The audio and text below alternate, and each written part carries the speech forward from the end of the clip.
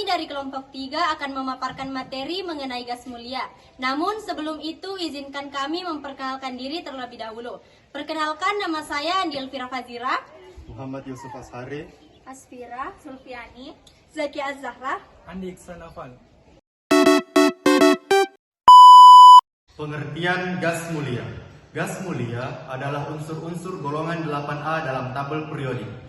Disebut mulia karena unsur-unsur tersebut sangat stabil atau sangat sukar bereaksi.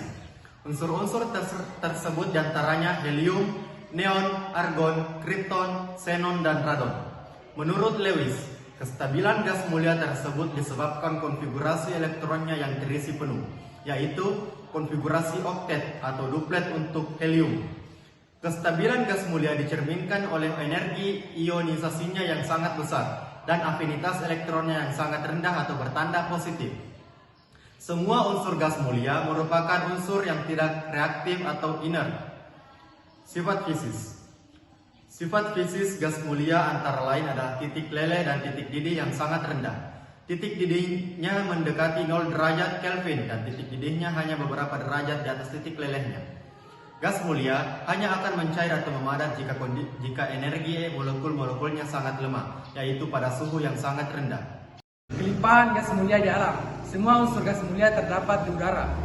Unsur gas mulia yang paling banyak terdapat di udara adalah argon. Sedangkan unsur gas mulia yang paling sedikit adalah radon yang bersifat radioaktif dengan waktu paruh yang pendek atau 4 hari dan meluruh menjadi unsur lain.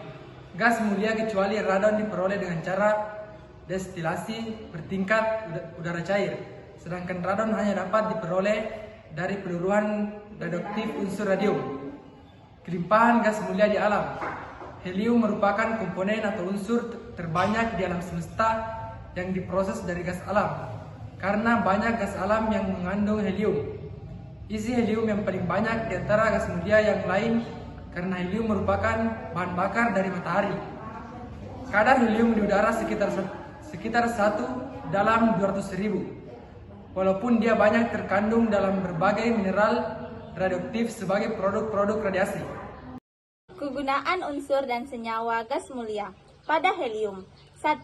Sebagai pengisi balon udara. 2. Sebagai campuran oksigen dalam tabung penyelam. 3. Campuran oksigen dan helium dipakai untuk pernapasan pada penderita asma di rumah sakit. 4.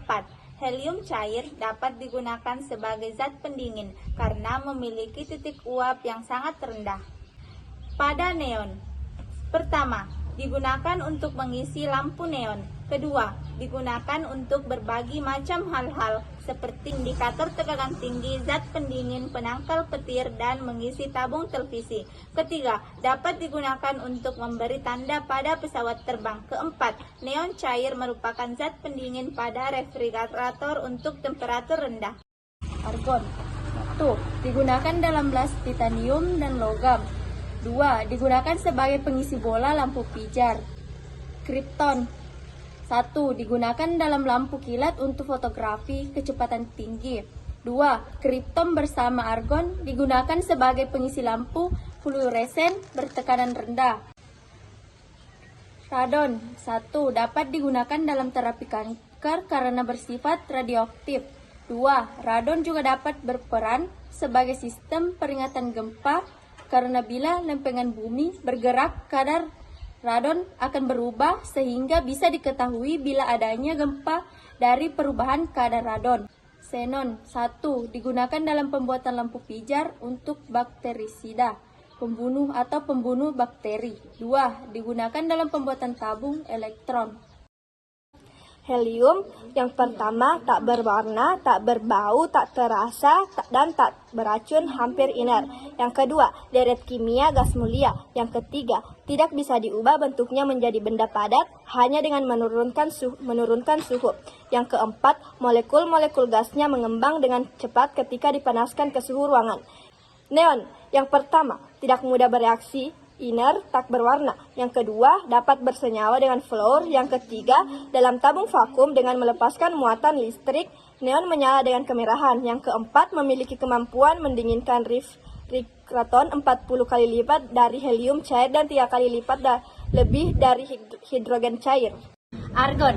Yang pertama, argon larut dalam air 2,5 kali lipat dari nitrogen. Yang kedua, memiliki kelarutan yang sama dengan oksigen. Yang ketiga, merupakan campuran dari 3 isotop. Yang keempat, bukan gas yang mudah terbakar. Yang kelima, molekul argon hanya terdiri dari 1 atom argon, yaitu air. Yang keenam, mudah larut dalam air. Yang ketujuh, tidak berbau dan tidak berasa.